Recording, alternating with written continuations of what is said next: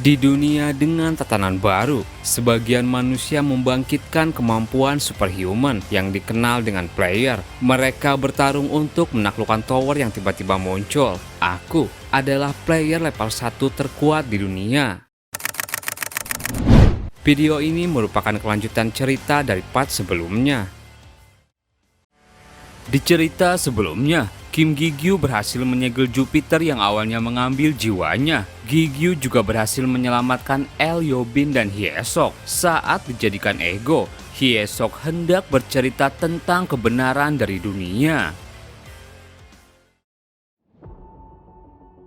Cerita berlanjut di lantai 60 menara, tempat di mana tes termudah tapi sangat menyiksa menunggu. Kamu harus berdiam di dalam sana selama 3 bulan tanpa indera sama sekali. Karena itu orang-orang menyebutnya ruang jiwa dan waktu.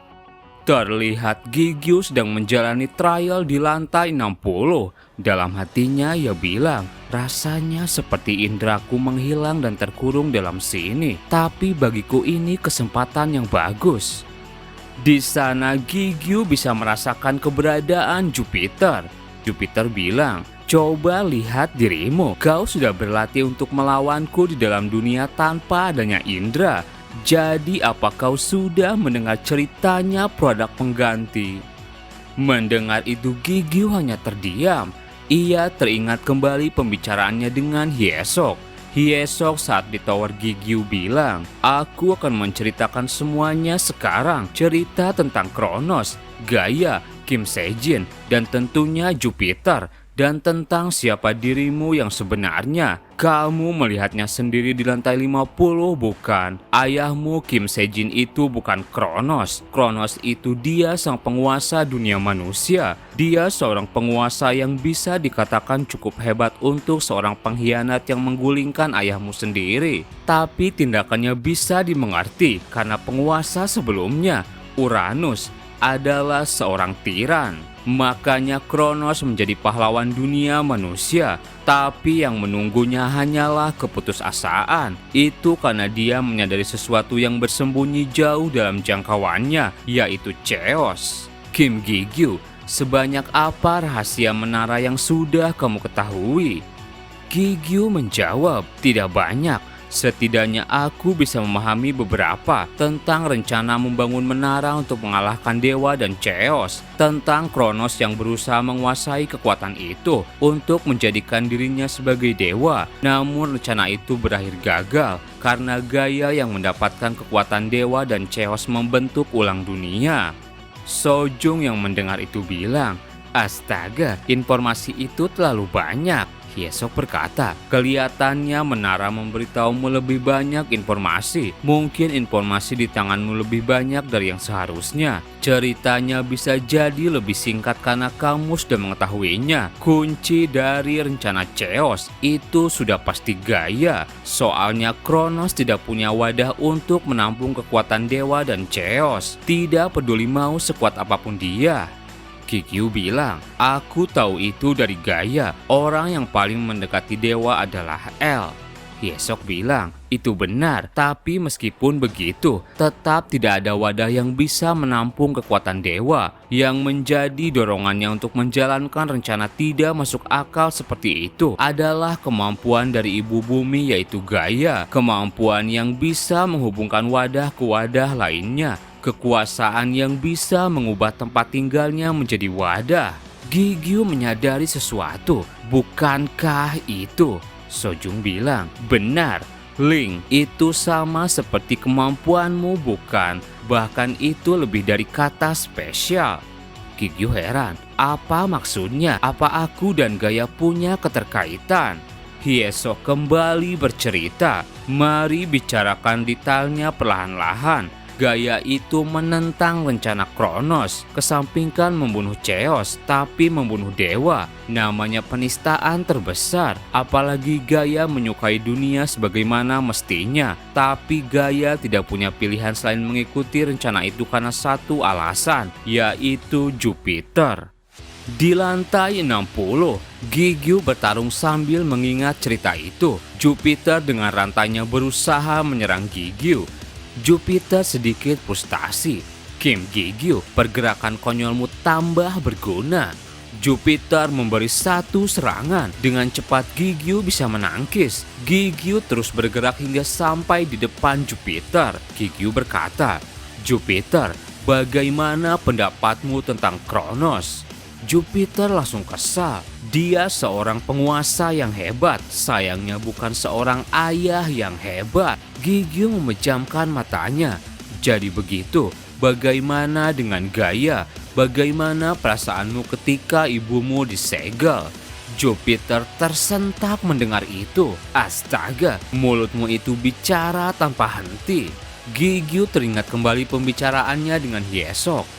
Jupiter itu anak dari Gaia dan Kronos. Alasan Gaia mau bekerja sama dengan Kronos adalah demi menyelamatkan anaknya. Jupiter menjadi anak dari seorang penguasa sudah spesial, tapi Jupiter lebih spesial dari anak-anak itu. Soalnya dia mewarisi kekuatan dari Gaia dan Kronos. Dia memiliki wadah yang sangat besar, wadah yang bisa dikatakan sebesar satu dimensi atau bahkan lebih. Tapi karena itu juga dia tidak bisa hidup normal. Dia tidak bisa mengendalikan kekuatan yang diwarisi dari Gaia yang bisa aktif kapanpun tanpa sepengetahuannya. Wadah yang teramat besar itu akan menyerap apapun di sekitarnya.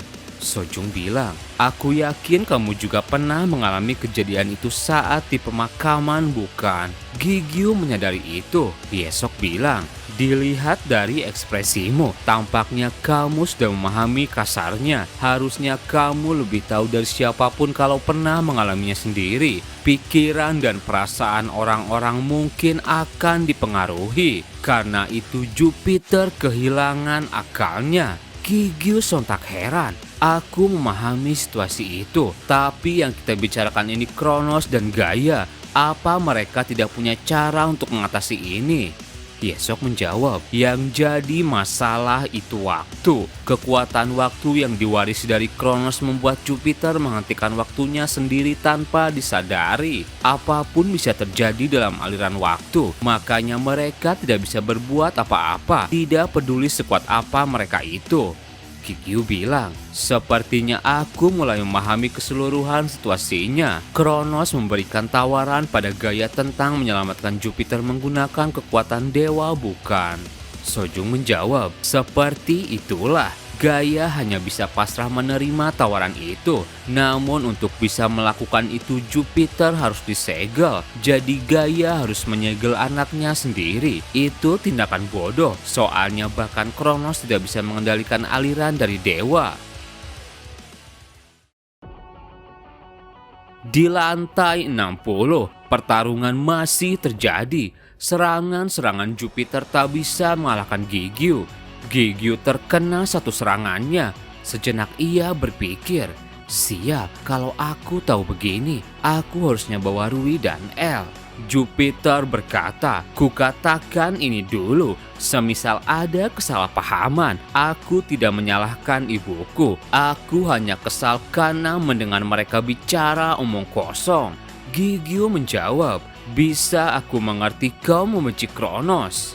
Gigyu teringat kembali pembicaraannya saat di tower. Sojung bilang, semakin hari Kronos jadi tambah macam orang gila. Dia bahkan tidak mempercayai Gaia yang diajaknya sendiri. Dia hanya tertarik dalam menguasai kekuatan dewa. Entah kenapa dia begitu terobsesi dengan kekuatan itu. Awalnya aku yakin Kronos juga ingin menyelamatkan dunia sama seperti yang lainnya. Hyesok menambahkan, dia hanya dibutakan dengan keserakahan. Dia memang seorang penguasa, tapi dia juga manusia. Kebodohan dari Kronos tidak berhenti sampai di situ. Apa kau pernah mendengar tentang Adam? Gigyu menyadari sesuatu. Adam, itu manusia pertama. Aku pernah mendengar rencana yang disebut Project Adam. Rencana untuk menciptakan senjata terkuat. Hyesok dan Sojung tersenyum. Kamu tahu banyak juga. Awalnya kau orang polos yang tidak tahu banyak hal. Bagaimanapun juga Kronos memutuskan untuk mencari Adam. Tapi tidak peduli apa yang mereka lakukan, tidak mungkin bisa menemukannya. Itu sudah menjadi legenda antar penguasa. Meski begitu ada alasan Kronos terobsesi mencari Adam. karena dia mengetahui identitas asli Adam. Gigyu sontak kaget. Sojung terus bercerita, Adam adalah tubuh pertama yang diciptakan untuk berjaga-jaga jika terjadi sesuatu. Dewa tidak memiliki tubuh fisik dan sekedar tubuh spiritual, dan Adam diciptakan untuk berjaga-jaga jika sesuatu yang tidak diinginkan terjadi. Makanya Adam adalah wadah sempurna untuk menampung kekuatan dewa. Jadi bisa dimengerti alasan Kronos pergi mencarinya, tapi pada akhirnya dia tidak bisa menemukan Adam, dan dia semakin termakan dengan kegilaannya sendiri, sampai dia mengambil kesimpulan seperti ini. Kalau tidak bisa menemukan Adam, cukup ciptakan saja Adam. Gigyu sontak heran, menciptakan tubuh seperti dewa, memangnya itu bisa dilakukan? Sojung menjawab, tentu itu tidak mungkin, tapi Kronos memiliki subjek yang menjanjikan untuk itu, yaitu Jupiter. Kronos menjadikan anaknya sebagai bahan percobaan, keturunan dari dua makhluk terkuat di dunia. Kronos menyadari potensi Jupiter menjadi Adam. Kemudian dia menggunakan anaknya sendiri sebagai subjek percobaan, dan prototipe dari proyek Adam yang direncanakan oleh Andras itu dimulai dari Kronos. Kamu bisa menebak kejadian berikutnya, bukan? Menara berhasil didirikan, tapi Gaia mengkhianati Kronos. Tidak, kurang tepat menyebutnya itu pengkhianatan. Bagaimanapun juga Kronos duluan yang mengingkari janjinya. Gigyu bilang, jadi Gaia tahu apa yang dilakukan Kronos? Sojung menjawab, benar. Gaia menjadikan menara dengan kekuatan dewa, dan setelah sistem menara disempurnakan, dia mengembalikan segalanya seperti semula. Di dunia yang sudah diputar ulang, Kronos tidak diterima dan berakhir dilemparkan ke dasar Chaos. Tapi Gaia tidak tahu tentang satu hal. Dia tidak tahu kalau Kronos punya cara untuk naik dari Chaos. Di lantai 60, Gigyu melepaskan rantai yang menyegel Jupiter. Jupiter heran, apa maksudnya? Kenapa kamu melepaskan segelku, Kim Gigyu? Dengan ekspresi kasihannya Gigyu menjawab, bekerja samalah denganku Jupiter. Aku akan membalaskan dendamu. Sebagai gantinya bekerja samalah denganku. Jangan merencanakan sesuatu di belakangku. Jupiter terdiam sejenak, kemudian ia tertawa. Itu baru bisa terjadi setelah kau melampauiku. Jupiter langsung datang menyerang. Gigyu dengan mudah bisa menangkis. Satu lagi serangan Jupiter bisa ditahan. Gigyu kembali teringat pembicaraannya dengan Hyesok. Kronos yang berhasil keluar dari dasar Chaos mengambil kembali tubuh Jupiter. Dia mulai mengendalikan tubuh itu dan berhasil mengambil seluruh kendali atas tubuhnya. Setelah itu Kronos memasuki menara untuk menemui Gaia. Tujuannya sudah jelas merebut kekuatan dewa. Itu pertarungan yang menegangkan. Kronos dengan tubuh yang bisa dikatakan sempurna, dan Gaia dengan kekuatan dewa. Tapi sayangnya kekuatan mereka tidak bisa digunakan sepenuhnya karena batasan menara. Namun pemenangnya adalah Gaia. Kronos dipisahkan dari tubuh Jupiter. Situasinya benar-benar kacau. Yang tersisa menaranya saja yang masih lurus. Semua dimensi hancur lebur, sampai bisa dikatakan kejadian itu seperti akhir dunia. Untungnya kekuatan Chaos tidak mengamuk. Kemudian dunia dibangun kembali oleh Gaia, tapi kali ini bukan dengan memutar dunia ulang, melainkan memasukkan semuanya ke dalam menara. Gigyu heran, memasukkan ke dalam menara apa maksudnya? Hyesok menjawab, masing-masing lantai dalam menara adalah pecahan dari dimensi yang dimasukkan ke dalam menara. Tentu tidak seluruh dimensi bisa dimasukkan ke dalam menara, bahkan sekelas Gaia tidak bisa mengendalikan dua dimensi. Sojung bilang, maksudnya surga dan neraka. Gigyu dalam hatinya bertanya-tanya, Rui, apa mungkin dia mengetahui sesuatu tentang ini? Akan kutanyakan nanti. Hyesok terus bercerita, bagaimanapun juga itu bukan hal pentingnya. Yang terpenting adalah sejarah terulang kembali. Kronos kembali hidup. Gigyu kesal mendengar cerita itu. Keras kepala sekali dia. Sojung bilang, yang keras kepala itu ayahmu. Tidak, bercanda. Kronos dan ayahmu itu berbeda. Aku akan menjelaskannya nanti. Setelah Kronos kembali hidup, ia menyadari kalau tubuh Jupiter ada di bumi. Tanpa dijelaskan lebih jauh, harusnya kamu sudah tahu bukan tentang siapa dirimu yang sebenarnya. Di lantai 60, Jupiter tak bisa mengalahkan Gigyu. Coba lihat ini, kau sudah tambah kuat Kim Gigyu untuk sekelas produk palsu. Gigyu teringat kembali perbincangannya di menara. Hyesok bilang, kau adalah replika produk palsu, anggap saja seperti itu. Soalnya keluargamu itu diciptakan karena obsesi dari Gaia. Bukankah kamu bertemu dengan Kronos dan bilang dia bukan ayahmu?